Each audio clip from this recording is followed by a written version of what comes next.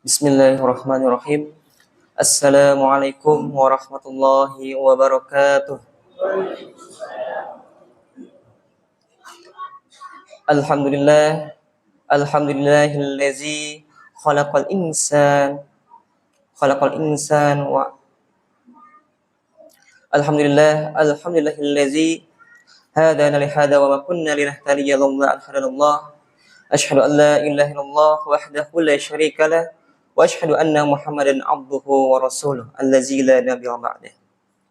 Allahumma shalli ala sayyidina Muhammadin wa ala alihi wa sahbihi ajma'in. Amma ba'du. Puji syukur marilah kita panjatkan kehadirat Allah Subhanahu wa taala yang telah melimpahkan segala nikmat kepada kita semuanya. Mulai dari nikmat iman, nikmat Islam, dan hingga nikmat sehat. Sehingga pada hari ini kita semuanya bisa berkumpul di masjid ini dalam rangka untuk melaksanakan sholat tarawih berjamaah. Salawat serta salam semoga tetap tercurah limpahkan kepada Habibana wa Nabiyana wa Maulana Muhammad Sallallahu Alaihi Wasallam.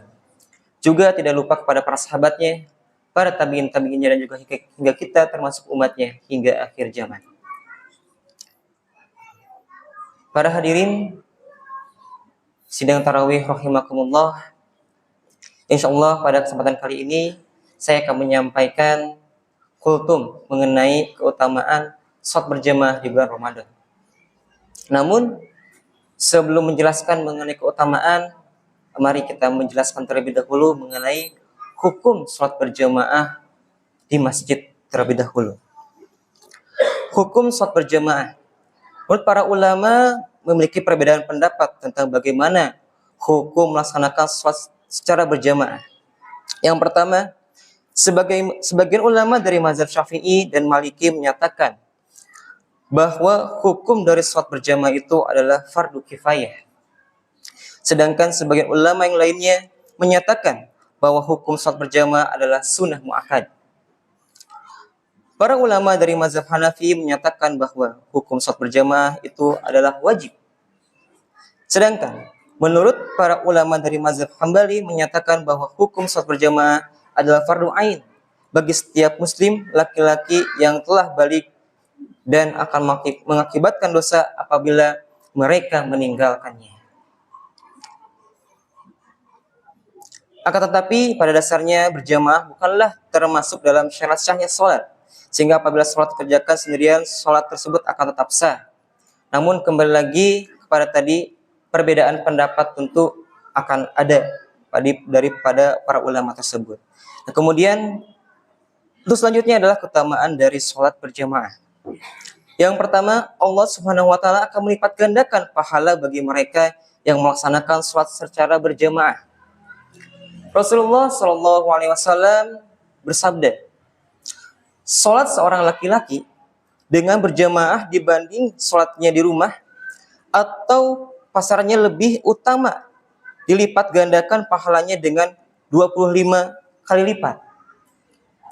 Yang demikian itu karena bila dia berwudu dengan menyempurnakan wudunya, lalu keluar dari rumahnya menuju masjid, dia tidak keluar kecuali untuk melaksanakan sholat berjamaah. Maka tidak ada satu langkah pun dari langkahnya kecuali akan ditinggikan derajatnya dan akan dihapuskan satu kesalahannya. Apabila dia melaksanakan sholat, maka malaikat akan turun untuk mendoakannya selama dia masih berada di tempat sholatnya. Ya Allah, ampunilah dia. Ya Allah, rahmatilah dia. Dan seorang dari kalian senantiasa dihitung dalam keadaan sholat selama dia menanti pelaksanaan sholat. Hadis riwayat Bukhari dan Muslim. Dalam hadis yang lain, Rasulullah SAW bersabda, "Sholatul jama'atu afdalu min sholatil faza bisab'in wa ishrina darajah." Sholat berjamaah lebih utama 27 derajat dibanding sholat sendirian. Hadis riwayat Bukhari dan Muslim. Dan dalam hadis yang lain, barang siapa sholat isya secara berjamaah, maka seakan-akan dia melakukan sholat separuh malam. Barang siapa sholat subuh berjamaah, maka seakan-akan dia sholat seluruh malam. Hadis riwayat Muslim.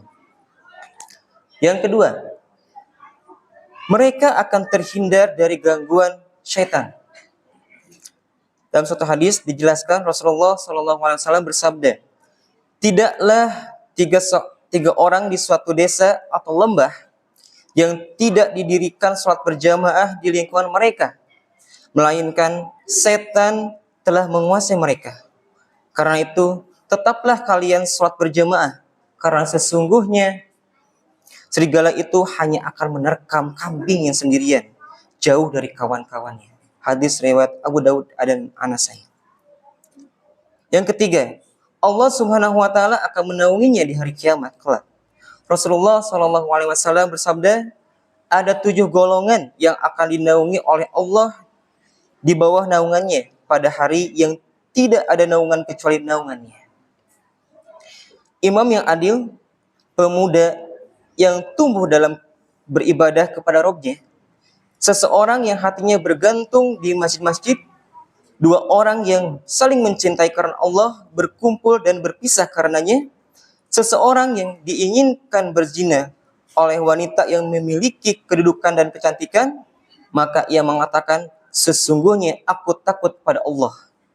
Seseorang yang bersedekah dengan sembunyi-sembunyi sehingga tangan kirinya tidak mengetahui apa yang dinafkahkan oleh tangan kanannya, dan seseorang yang mengingat Allah dalam keadaan sepi sendiri lalu kedua matanya berlinang air mata. Hadis riwayat Bukhari dan Muslim. Yang keempat, Allah Subhanahu wa taala akan menghapuskan kesalahan-kesalahan bagi mereka yang salat berjamaah serta akan meninggikan derajat mereka. Rasulullah SAW bersabda, maukah aku tunjukkan kepada kalian tentang perkara yang akan menghapuskan kesalahan-kesalahan dan juga mengangkat beberapa derajat? Para sahabat menjawab, tentu wahai Rasulullah. Kemudian Rasulullah bersabda, menyempurnakan wudhu pada saat yang tidak disukai, banyak melangkah ke masjid-masjid, dan menunggu sholat setelah melaksanakan sholat, maka itulah artibat, itu berjuang di jalan Allah. Hadis riwayat Muslim. Yang kelima, Allah Subhanahu wa taala menjanjikan surga bagi mereka yang sholat secara berjamaah.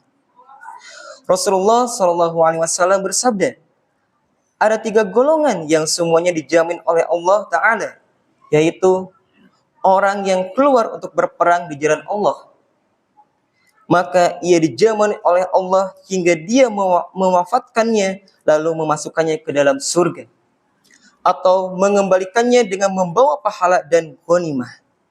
Kemudian orang yang pergi ke masjid, maka ia dijamin oleh Allah hingga dia mewafatkannya lalu memasukkannya ke dalam surga, atau mengembalikannya dengan membawa pahala. Dan orang yang masuk rumahnya dengan mengucapkan salam, maka ia dijamin oleh Allah Subhanahu wa taala. Hadis riwayat Abu Daud. Yang berikutnya, yang keenam, bagi mereka yang melaksanakan sholat berjamaah di masjid merupakan tamu Allah Subhanahu wa taala. Dan Allah Subhanahu wa taala akan selalu memuliakan tamu-tamunya.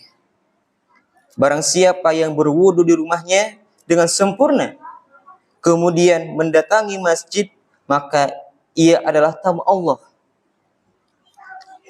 Dan siapa yang dikunjunginya wajib memuliakan tamunya. Hadis riwayat Tabrani. Di dalam kitab Az-Zuhdi, Imam Ibnu Mubarak rahimahullah meriwayatkan dari Amr bin Maimun bahwasanya ia mengatakan, para sahabat Rasulullah SAW mengatakan, rumah Allah di bumi adalah masjid.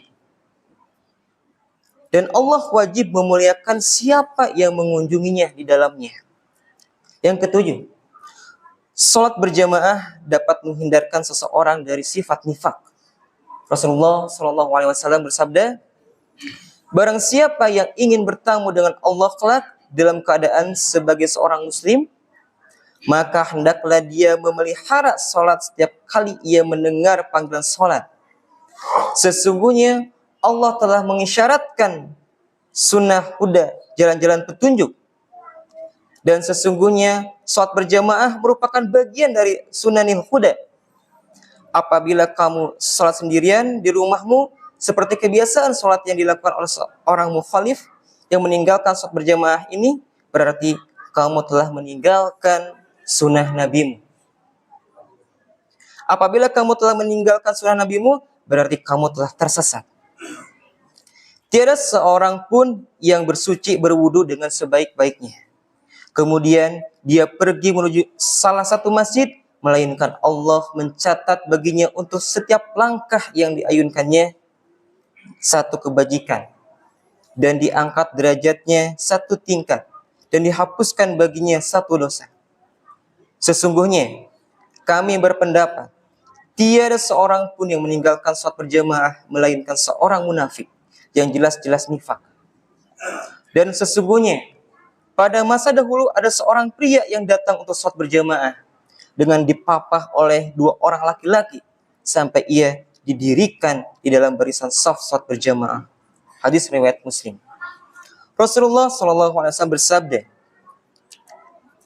dalam lafaz Muslim disebutkan, fa inna umratan fihi ta'dilu hajjah. Umrah pada bulan Ramadan senilai dengan haji. Hadis riwayat Muslim. Dalam lafaz Bukhari yang lain disebutkan, fa inna umratan fi ramadana taqdi hajjatan ma'i. Sesungguhnya umrah di bulan Ramadan seperti berhaji bersamaku. Hadis riwayat Bukhari. Para jemaah sekalian, bahwasanya sholat berjamaah itu memiliki keutamaan-keutamaannya yang sangat besar sekali. Apalagi pada saat ini adalah momentum di bulan Ramadan, sehingga jangan sampai terlambat atau ditinggalkan dalam melaksanakan sholat berjamaah. Tadi khatib jelaskan dalam satu hadis yang dimana umpamanya dalam bulan Ramadan itu, seandainya seseorang melaksanakan ibadah umrah, maka ketika di bulan umrah itu melaksanakan umrah itu setara dengan melaksanakan haji. Bayangkan seandainya kita melaksanakan sholat berjamaah di masjid mulai dari sholat subuh, zuhur, asar, maghrib, isya, disambung kembali dengan melaksanakan sholat tarawih berjamaah. Tentu pahala yang akan mengalir ke kita itu sangat banyak sekali, bahkan dilipat gandakan. Bayangkan tadi aja ketika melaksanakan sholat saja 25 kali lipat, kemudian Allah lipat gandakan kembali berkali-kali lipat.